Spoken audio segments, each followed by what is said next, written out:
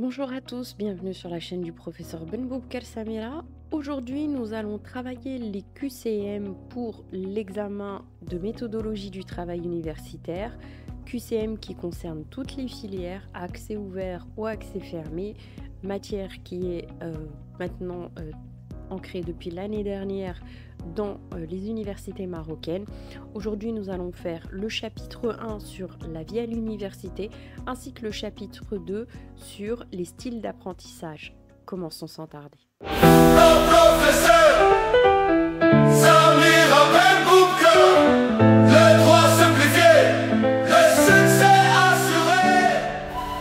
Alors, on va commencer par le chapitre 1 sur la vie à l'université avec une session de 20 questions QCM. Premier conseil, ne vous précipitez pas. De deux, vous pouvez avoir plusieurs bonnes réponses, une seule bonne réponse. Là, dans ce QCM, j'ai pas mis aucune bonne réponse, mais certains professeurs peuvent vous mettre aucune bonne réponse dans le QCM. Ensuite, faire très attention, bien lire la question et ne pas se précipiter parce que certaines réponses peuvent prêter à confusion. Alors, commençons par la première question. Quelle réforme a été initiée en 2023 dans les universités marocaines? Vous avez 4 réponses. Première, introduction de nouvelles matières, renforcement des enseignements transversaux, abolition des examens finaux, uniformisation des programmes. Alors, quelle réforme a été initiée en 2023 dans les universités marocaines? La priorité du PAC ESRI est le renforcement des enseignements transversaux, à savoir les soft skills et les langues. D'accord? Donc les enseignements transversaux, c'est soft skills et langues. Donc aussi, il n'y a pas d'abolition des examens finaux, puisque vous allez les avoir. Uniformisation des programmes, non, parce que chaque filière, chaque programme, ils ont leur propre matière. Et donc, le système est plutôt axé sur les enseignements transversaux. Question 2. Quel est l'objectif principal de la nouvelle architecture de la licence? A. Allonger la durée d'études. B. Améliorer l'employabilité et réduire le taux d'échec. Former uniquement en présentiel. Supprimer les modules optionnels. Là aussi, faire très attention sur les réponses qui sont présentées parce que plusieurs réponses peuvent apparaître. Allongement de l'étude, non. Former uniquement en présentiel, non, puisque le système aussi table sur l'enseignement à distance. Supprimer les modules optionnels, non, il n'est pas question. Donc la réponse était d'améliorer l'employabilité et réduire le taux d'échec à l'université. Question 3. Quel est le nombre de modules en licence? A. 30. B. 42. C. 36. D. 50.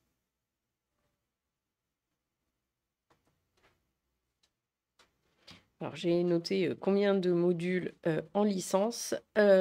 Vous avez 30 modules, non, parce qu'il y a 30 modules de connaissances, plus 6 modules de langue, plus 6 modules de soft skills. Donc ça fait 42 modules pour la licence.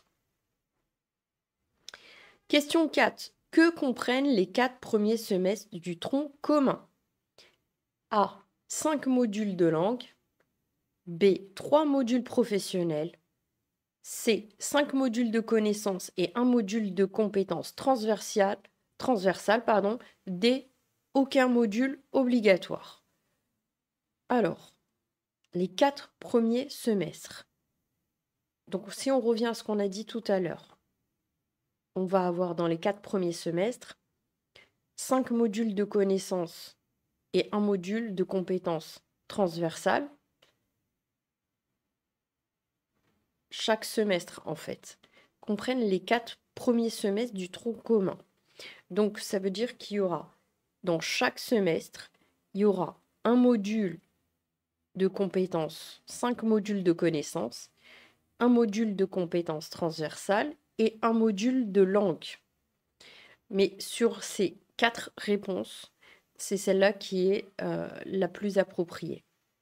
D'accord? Quels sont les types de modules intégrés dans les semestres 5 et 6? Uniquement des modules techniques. B, des modules professionnels, langue étrangère et compétences transversales. C, des modules d'économie et de gestion. D, aucun module spécifique. Le parcours que vous avez choisi va se concrétiser en S5 et en S6. Donc, vous allez avoir des modules professionnels, des langues, et vous allez avoir aussi les compétences transversales. Question 6. Combien de modules en compétences transversales sont obligatoires? On l'a vu tout à l'heure. A, 8, B, 4, C, 10, D, 6. 6, puisqu'il y a 6 modules de compétences transversales et 6 modules de langue et 30 modules de connaissances.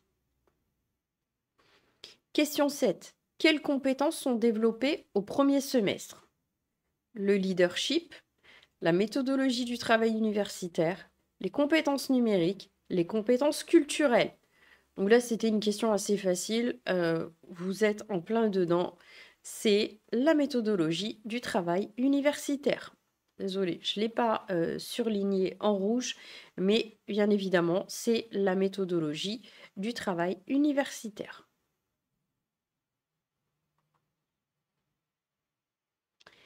À quel semestre est mis l'accent sur les compétences artistiques et culturelles? Est-ce que c'est en S1, en S2, en S3 ou en S6? Rappelez-vous, S1, qu'est-ce que vous avez? Vous avez du MTU.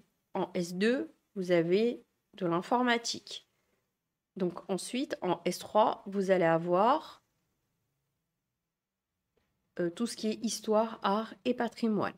En S6, ça va être plus compétences transversales liées au monde du travail, tout ce qui est compétences pour faire son CV, savoir se vendre.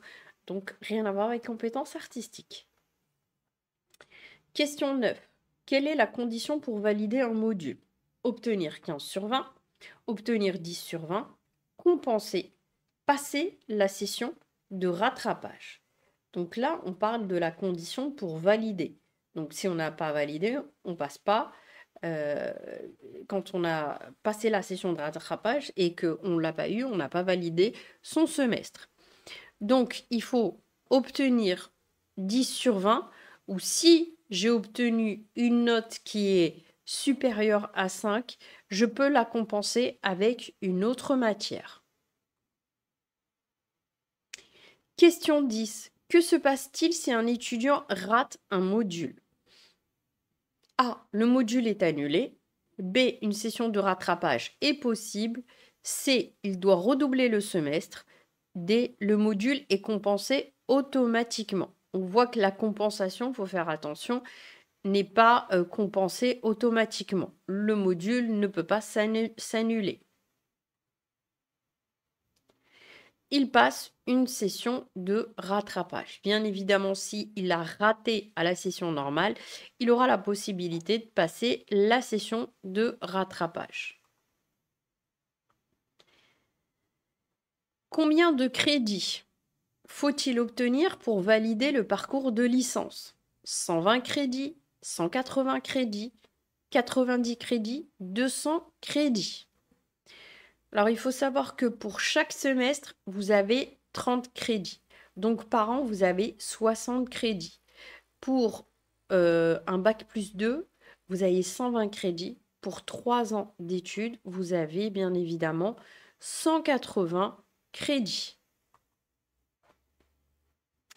Quels niveaux en langue sont exigés pour obtenir sa licence? Le niveau A2 en langue principale, B1 en langue secondaire, niveau B1 dans les deux langues, le niveau B2 en langue principale et B1 en langue secondaire, des aucun niveau spécifique. Donc ça, c'est une des conditions pour obtenir sa licence. Il faut également obtenir un diplôme de langue et il faut obtenir pour sa langue principale, c'est-à-dire la langue que vous utilisez, à savoir le français, le B2 et pour l'autre langue, l'anglais, vous devez obtenir le B1. Quelle mention est attribuée pour une moyenne générale de 13 sur 20? Donc vous savez que quand vous avez dépassé une certaine note, vous avez des mentions.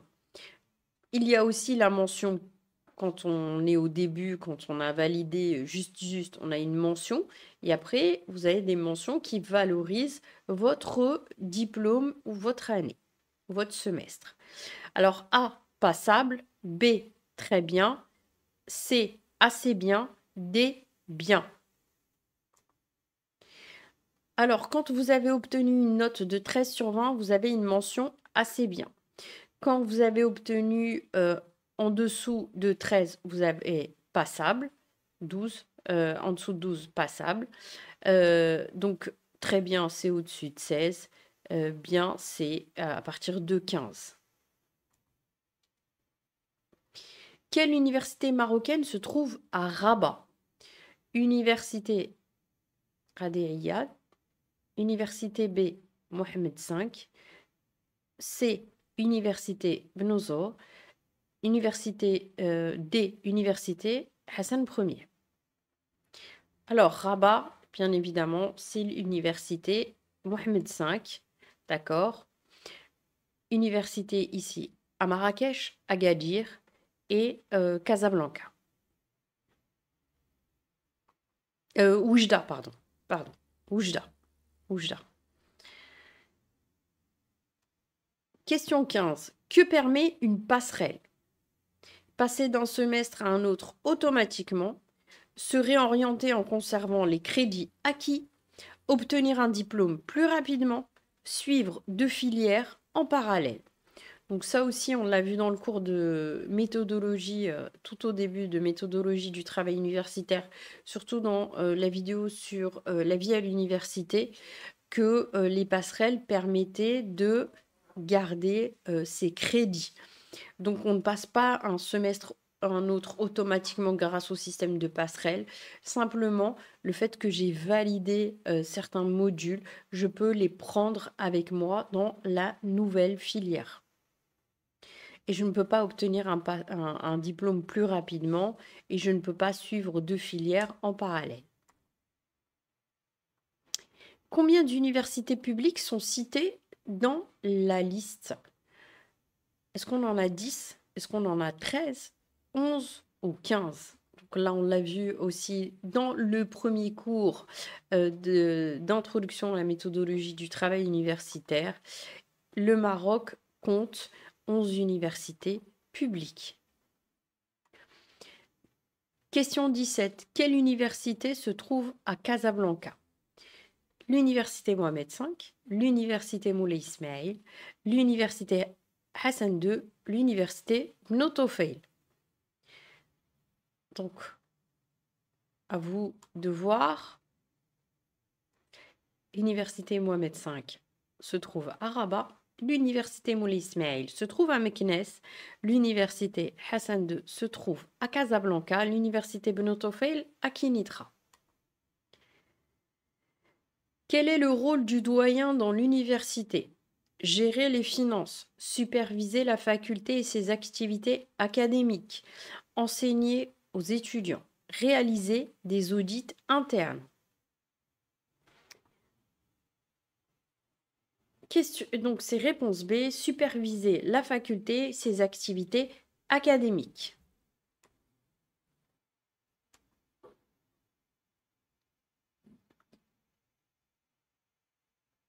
Ah, j'ai eu un saut.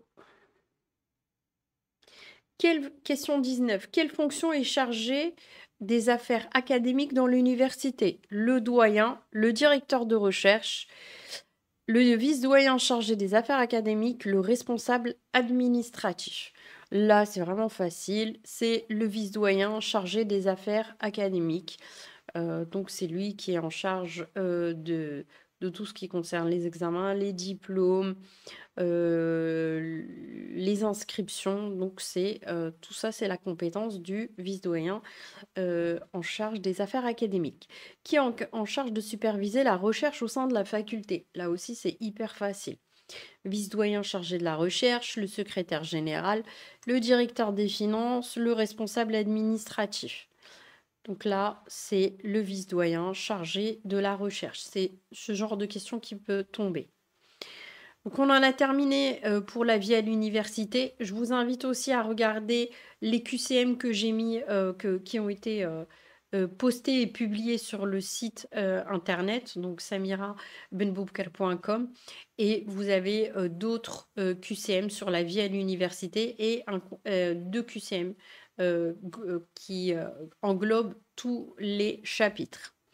Alors on va faire un autre QCM sur le chapitre 2 et on terminera avec ce chapitre sur les styles d'apprentissage.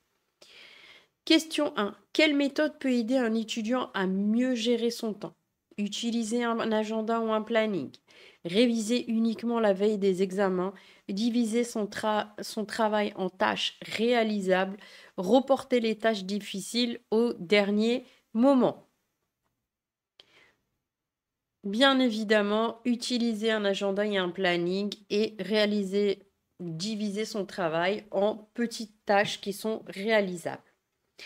Donc ça, c'est toute la partie sur la gestion du stress. Combien d'heures, question 2, combien d'heures devrait idéalement consacrer un étudiant au sommeil pour être performant? 4 heures, 6 heures, 8 heures, 10 heures. Donc là, c'est du bon sens. Là aussi, il y a beaucoup de questions QCM qui relèvent du bon sens. Bien évidemment, c'est 8 heures de sommeil, les 3-8, 8 heures de travail, 8 heures de sommeil et puis 8 heures pour la vie sociale. Question 3. Pourquoi est-il important d'équilibrer travail, sommeil et vie sociale? A. Pour éviter le surmenage et favoriser une meilleure productivité. B. Pour avoir plus de temps pour les loisirs. C. Pour maintenir un bon équilibre mental et physique. D. Pour éviter totalement les contraintes de travail. Là, c'est hyper facile, c'est le grand A. Et le C. Pour éviter le surmenage et favoriser une meilleure productivité. Pour maintenir un bon équilibre mental et physique. Question 4. Que signifie prioriser ses tâches? Réaliser d'abord, grand A, les tâches les plus urgentes et importantes. B. Se concentrer uniquement sur les tâches faciles.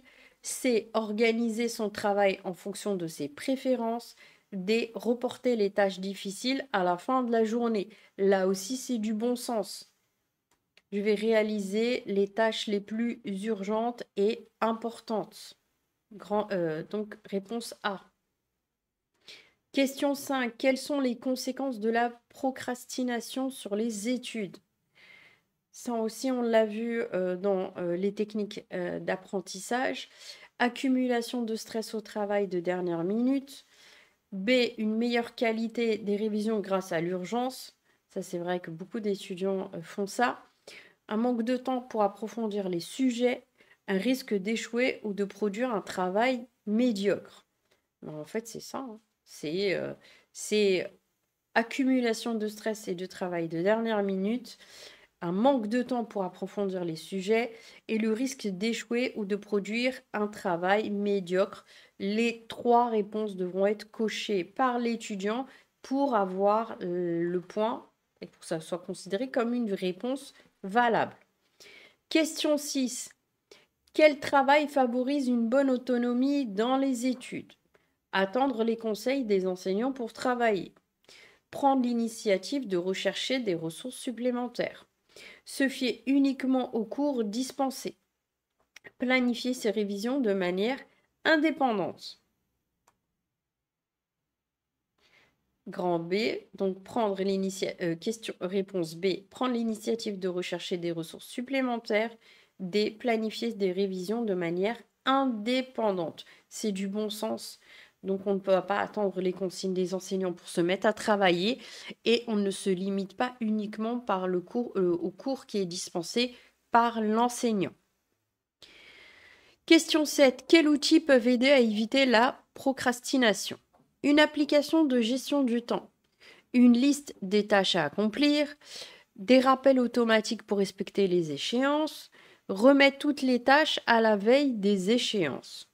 Bon, là aussi, c'est flagrant, c'est grand A, grand B et grand C. Bien sûr, on ne peut pas travailler à la dernière minute et mettre les échéances à la dernière minute. OK? Question 8. Comment transformer une tâche intimidante en tâche réalisable? Donc ça aussi, c'est en lien avec le stress dans les études et comment faire pour dépasser ce stress et réaliser cette tâche. A. Diviser la tâche en sous-tâches plus petites. B. La remettre à plus tard pour avoir plus d'énergie. C. La commencer par les aspects les plus simples. Commencer la tâche par les aspects les plus simples. J'ai une coquille ici. D. L'éviter totalement pour se concentrer sur d'autres sujets. Donc ça, c'est faire la politique de l'autruche et ne pas voir.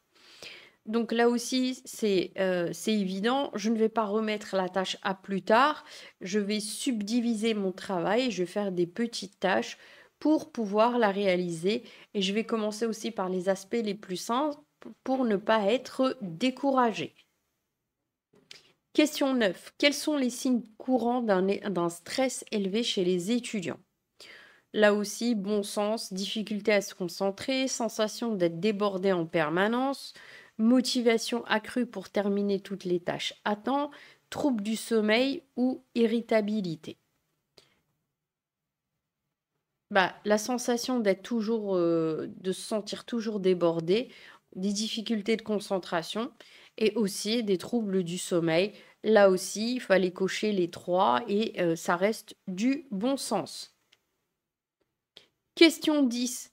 Quelles activités peuvent réduire efficacement le stress? Pareil, c'est vraiment ce chapitre 2. Il y a une partie des questions qui porte sur des questions de bon sens. Pratiquer une activité physique régulière, méditer ou pratiquer des exercices de respiration, ignorer les problèmes et espérer qu'ils disparaissent. Là aussi, c'est l'autruche. Travailler sans pause pour rattraper le retard. Alors là, c'est s'épuiser parce qu'on travaille à la dernière minute. Effectivement, c'est la réponse A et B. Faire de l'activité physique, faire de la méditation, faire des exercices de respiration pour faire disparaître le stress au maximum. Quelles activités encore peuvent réduire efficacement le stress? En préparant l'étudiant aux conditions réelles d'examen, en remplaçant totalement les révisions, en identifiant les faiblesses à travailler avant l'examen final, en évitant toute préparation supplémentaire. Effectivement, là c'est le grand A et le grand C, en préparant l'étudiant aux conditions réelles d'examen, C et aussi en identifiant les faiblesses à travailler avant l'examen. Pourquoi le travail en groupe peut-il être utile pour gérer le stress? Il réduit totalement la charge de travail individuelle. C'est pas forcément, ok.